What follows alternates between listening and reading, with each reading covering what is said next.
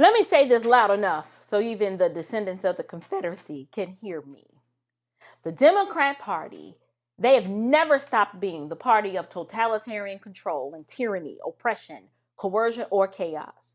All they've done is swap their white sheets for blue suits, and then instead of plantations, they're now the ones that are running Congress, the classrooms, and corporations.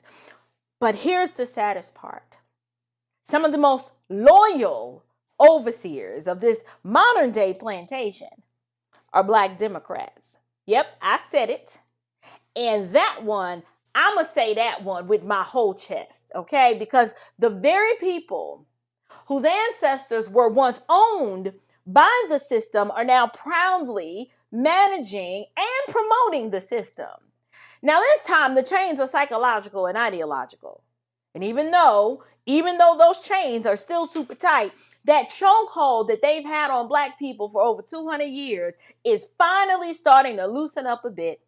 And that is making them very, very mad. So, coming up next on Unshakable with April Chapman, I'm going to unpack a boatload of lies because I refuse to sip tea with tyrants. Let's go.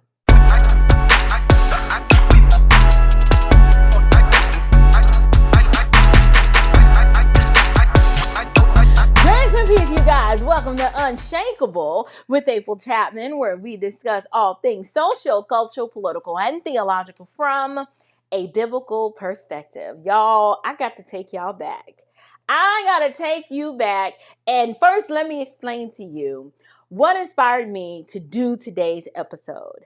So I was on the phone with my client and good friend, Vince Everett Ellison. Y'all know Vince. He's no filter, all facts. And he hits me with this unexpected question, kind of like out of nowhere. And Vince goes, April, did the Confederate States of America, did they ever hold an election? And I'm sitting there like, Vince, where are you going with this? I don't know.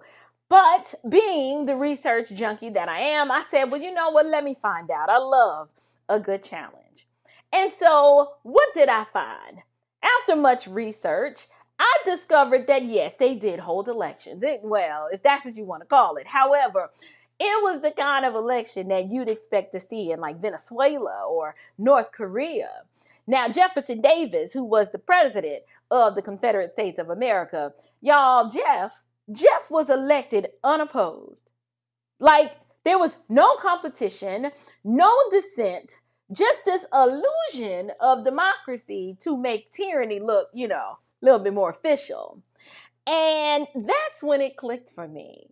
I said, the Confederate States, they weren't just built by men with bad morals.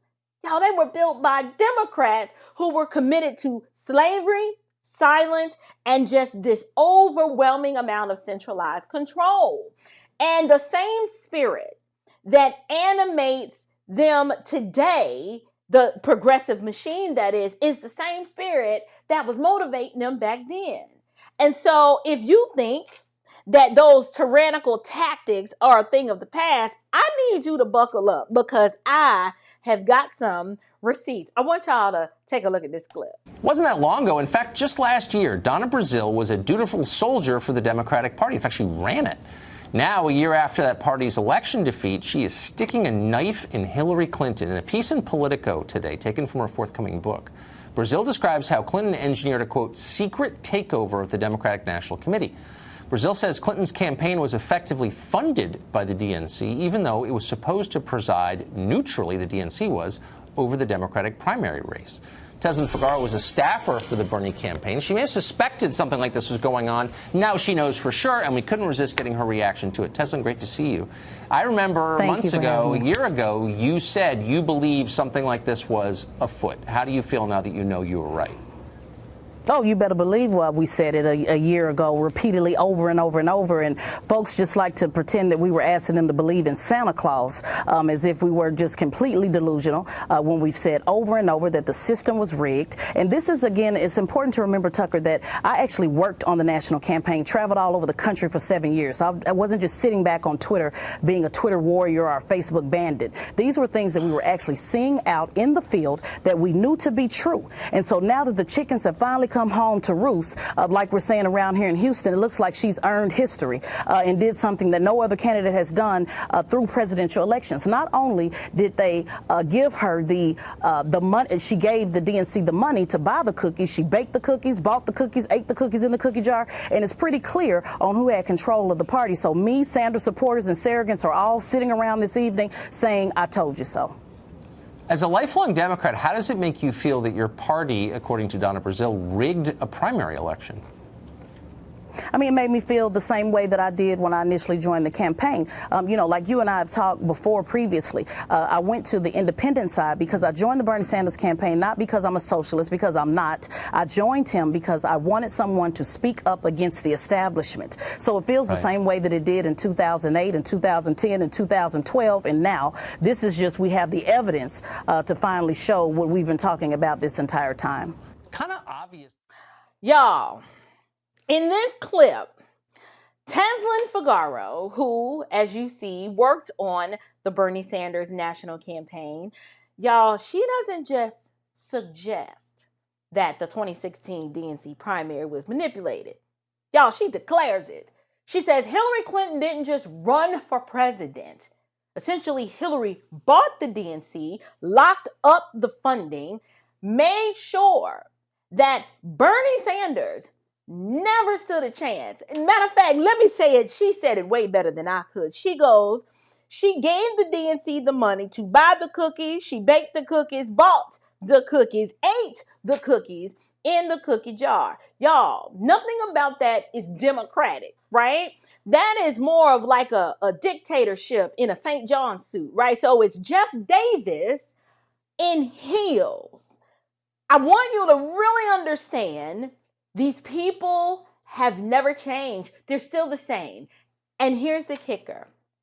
The same party that once controlled every element of the Confederate government, top down, one-party dominance, they are still doing the exact same thing in modern times. So whether it's Jefferson Davis running unopposed or Hillary Clinton steamrolling the DNC or them kicking Joe Biden out and saying Kamala is your queen, the outcome is the same. Crush the competition, absolutely control and dominate the narrative, and then call it democracy and then dare you to push back against it. Lord forbid if you push back against it. But back then, these people suspended habeas corpus, right? They would jail dissenters, shut down the opposition papers, lock up the media, completely eliminate political pluralism. Now, if that sounds familiar, it's because it should. It should, because it's the same one-party rule that we see in all of these Democrat cities like Chicago and Baltimore. There's no accountability. It's just corruption in high places. Look at LA, look at New York. It's the same. And back then in the Confederate States of America, you would constantly hear them shout, you know, it's about states' rights, right? But what they really meant was, we want the right to enslave people in peace. We don't want you to have a say about it. And we don't even care if you don't want to be enslaved. This is how it's going to be. And so I was reading in the Old Testament. I was reading back in Isaiah chapter 10, verse 2. Obviously, the prophet Isaiah is not talking about the Confederate States of America or modern day Democrats. However, there's a principle here. It says, woe to those who decree iniquitous decrees and the writers who keep writing oppression. Y'all, that was them then, and that is them now. And so the point I'm trying to make is that the Democrats, they have never changed. All they did was just rebrand. After the South lost, you would have thought the Democrats would have been like, all right, we was just low down. We're the mean baddies and we need to rebrand and do something different. No, those same people doubled down in their wickedness and they became the architects of Jim Crow, black codes, and segregation. And so right when the Black Americans were finally starting to get a little taste of political freedom during Reconstruction, guess who launched a terror campaign to shut it all down? That would be the KKK, the militant arm of the Democrat Party. Yes, indeed, these disciples of darkness were so wicked that they even tried to infuse Christianity into their wicked white supremacist agenda, and they used the cross. They used the cross as their symbol to represent their evil and their wickedness. Now, if I don't know about you, but that is incredibly perverted. It is the highest form of perversion. But these are them Diddicrats, them Confederates, them KKK white supremacists, Jerome Crow Negroes, it's the same way. It's just perversion. Now, let's fast forward a little bit. 1960s come along, right? Comes along LBJ and the Great Society, where he presents this welfare utopia. Except the Great Society really wasn't. It wasn't about lifting people up out of poverty at all. It was a vote buying scheme. Okay, they're like, we need to have these N-words, vote Democrat for the next 200 years. So they were buying votes and creating this dependent class. They were basically birthing dependency. And so when LBJ makes that statement, it proves the point that the playbook is the same. We don't really care about you. We're just giving you this juicy carrot because we need you ends to vote for us for the next 200 years. Today, they don't need whips, chains, or plantations. No, they've got government checks. They've got government checks, failing schools, gender confusion, even in kindergarten. And so their plantation has evolved, but the master has stayed the same. Hey friends, y'all know I've been on this wellness journey these past few months, and it hasn't been easy, especially trying to navigate perimenopause and striving to shed these extra pounds. But if we're going to be real, it can be challenging. But making better food choices has been a game changer for me. And that's why I'm thrilled to partner with Factor. You guys, Factor delivers fresh, delicious, ready-made meals right to your door. No cooking, no stress, just heat and eat and enjoy nutritious meals that will help you stay on track. So whether you are aiming to manage your weight or boost your energy or simply eat cleaner, Factor makes it easy and delicious. And guess what?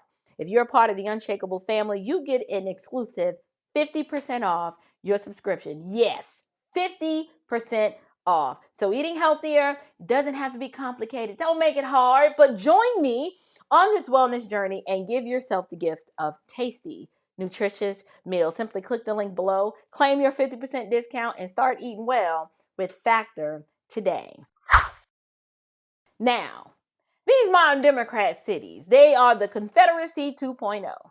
And if you really want to understand modern Democrats and how they are literally the Confederacy 2.0, all you have to do is take a look at the places where Democrats control. You know, those thriving utopias like LA, New York, and Detroit, and Philly, Baltimore, and New Orleans. Wait, that's right. Those places are the crime-ridden, poverty-stricken, educationally starved municipalities. I'm sorry, I was confused. My bad. Unfortunately, the people that live there in those municipalities, y'all, they are locked into generational poverty, where those local politicians, although the local politicians live amongst the elite. They are driving luxury cars, and they might pass out some symbolic crumbs like a Juneteenth parade or mural or something like that. But other than that, you can't dissent. No, try saying you are a black conservative in those places and see what happens to you. They will drag you harder than a busted lace front wig. But it was the same way with the Confederate elites. They did the same thing. They would crush the abolitionists. Modern Democrats, they crush black voices that don't toe the line. They think, now I'm uncancelable, right? But they think they can cancel you and slander you, and the goal is to silence you. But my point is, that's not freedom. That is a mental and moral plantation. And so the Congressional Black Caucus, I'm going to go ahead and say it. They're the new masters. with the same chains. Why do I say that? The Congressional Black Caucus, those are the most well-dressed set of slave-minded plantation handlers for the Democratic regime. Oh, absolutely. And they're fine. They're fine raiment. These folks, they don't represent the interests of the Black community, though. You couldn't have thought that. At least I hope you didn't. But let me tell you who they represent. The Congressional Black Caucus, they represent the interests of Planned Parenthood and Big Pharma and the alphabet mafia and whatever socialist policy is trending this week. But all you have to do is look at the things they advocate for, the abortion on demand. They advocate for that like it's the gospel, and then they just rebrand it and label it as reproductive justice. They will push gender confusion and call it inclusion. All of them are members of the Equality Caucus, but somehow, the Congressional Black Caucus, being members of the Equality Caucus, causes them to, I don't know, their advocacy is overshadowed, and the agenda of the rainbow cult takes precedence over them improving the condition of the Black districts they oversee. You would think in these Black districts that it was more rainbow people than it was the Black Americans that they claim to represent. No, these wicked people are always found defending policies that destroy the Black family. And then in the next breath, they will cry about systemic racism. And listen, I know they like to call themselves freedom fighters. I know they do. And I don't care that every year they march their little dusty Black behinds down to Selma, Alabama to march across that little broke down, rusted Edmund Pettus Bridge for a photo op. Okay? Those are those plantation pastors that are preaching the gospel of government dependence. And for some reason, we can't even see how totalitarian and anti-freedom these jokers actually are. They're all a joke. And I promise you, if I ever get a chance to meet one of them, I will tell them to their face that they are a joke and they are a disgrace to the history of Black Americans in this country. They are the field supervisors, okay? They're the field supervisors who are keeping the rest of the Black community. Their job is to keep them in line.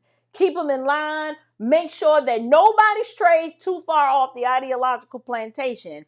And this is why I do everything in my power to distance myself from them and to make clear distinctions that I am not part of that community. Okay, I'm way over here with the people of God and who represents every ethnicity on the face of the earth. Bible moment. Let me just read to you this text that I have. Galatians 1:10 says, am I now seeking the approval of man or of God? If I were still trying to please man, I would not be a servant of Christ. Sadly, many of these individuals, listen, I'm not going to play nice with these people. And sadly, too many people in the Black community are trying to please the DNC and not the Lord. You've got pastors like Jamal Bryant who are wholesale trying to convince Black people to get on board of the rainbow cult agenda. Hitch your caboose to this train because it's leaving the station. And if you're not on the station, then we got to be in this fight together. No. I am telling you, this Democrat totalitarianism is a spiritual disease. The Bible declares in 2 Timothy chapter 3, verse 13, evil people and imposters will go from bad to worse, deceiving and being deceived. That is the spirit that we're dealing with today. This is way beyond politics at this point. This is spiritual, and the war, it is raging like never before. From slavery to Jim Crow to transgender story hour in the children's section of the library, it's the spirit is the same. Okay, it's anti-God, anti-family, anti-freedom, completely anti-American. And until we call it what it is, all we're doing is just rearranging the shackles, but the bondage is still the same. As I wrap this up, do you guys want to know how we know that the Democrat Party isn't changed one bit? We know this because they're still using the same playbook, but now they just have better tech. what I want to do now, I want to give a shout out. I want to give a shout out to my Facebook friend, Rob Lett, who he broke this down in a recent Facebook post with surgical precision. And I told him, I said, I'm gonna have to borrow this, bro. I said, you broke this down and you did me some good that day. He talks about how in 2016, WikiLeaks exposed Hillary Clinton getting those debate questions in advance from the then chair, Donna Brazile, and basically rigging the primary like it was some sort of church bake-off, right? She then funds the now debunked Steele dossier to spark and instigate that whole Russia collusion hoax, okay? All of that wasn't politics. That was just propaganda. But then fast forward to 2020 and 2022, then you had big tech. You had big tech doing the dirty work, right? So Twitter, before Elon Musk bought it, was basically a digital arm of the DNC. The FBI, the DHS, all of these other federal agencies were pressuring them to suppress the Hunter Biden laptop story. And we got to do it before the election, because if this gets out, it's going to impact the election. When people say that elections are rigged, I believe that this is what they mean by that, influencing the election. Not saying there's no funny business going on with the ballots, but this is how it's done. The tech is just different. Then after that, you had the Twitter files, right? Where you had bona fide proof of censorship and shadow banning and just state-sanctioned silencing of voices that didn't toe the party line. And just when you thought it couldn't get any worse, you had Mark Zuckerberg dropping a letter admitting that Facebook was intimidated by the Biden administration, and he was basically forced to do the very same thing. You can't make this stuff up. The Democrats didn't need to burn ballots or break into polling stations. All they had to do was manipulate your entire news feed. And then the cherry on top was the video footage of a Democrat-appointed judge helping this illegal immigrant evade arrest by federal agents. He meets his attorney in the hallway and walks towards Circuit Court Judge Hannah Dugan's courtroom. Along the way, he passes plainclothes federal agents who are sitting on a bench. They are there to detain him. After Flores Ruiz walks by, the agents turn to each other and appear to confirm his identity amongst themselves. But a few moments later, Judge Dugan and another judge approach the agents sitting on the bench. A criminal complaint against Dugan later said she was alerted to their presence by a court official. That complaint says during this interaction, Dugan and the agents disagreed over the type of warrant they had to arrest Flores Ruiz. According to the complaint, Dugan ordered the agents to go to the chief judge's office. Video shows her pointing them through a double door. She then turns back to speak with other agents further down the hall and orders them through the doors as well. Shortly after that, with the agents gone from the hallway, Eduardo Flores Ruiz and his attorney exit into the hallway through a different door. As they walk down the hall toward the elevators, they pass another plainclothes federal agent. Neither they nor Judge Dugan seem to have noticed at the time. That agent motions to another to follow Flores Ruiz. Security video shows Flores Ruiz exiting through a basement exit. Upstairs on the 6th floor, the other agents have left the chief judge's office and worked their way downstairs. Flores Ruiz left the building onto 9th Street. Videos of the street shows the agents catching up to him. Flores Ruiz runs across 10th Street while trying to get away, but the agents catch him and arrest him. There's no justice in that. You have judicial treason. Same playbook, different tools, from the slave patrols to social media patrols. It's the same party still trying to silence, suppress, and subjugate. The Democrats are, without a shadow of a doubt, the greatest threat to liberty in this nation, and they didn't abandon their Confederate roots. All they did was sharpen that tool and perfected them. You don't need permission to break free from this bondage. Simply repent, trust in Christ for your salvation alone, and just ask him for the courage and the conviction to say enough is enough. And so, as always, you guys, I just wanted to draw some historical connections, help you to see that the Confederacy, the Confederate States of America, and the modern Democrat Party, it is the same. Nothing has switched. No one has changed. They are still the same low-down, dirty jokers they've always been. And as always, I want you guys to stay bold, stay grounded, and above all else, stay unshakable. Until next time, you guys, grace and peace.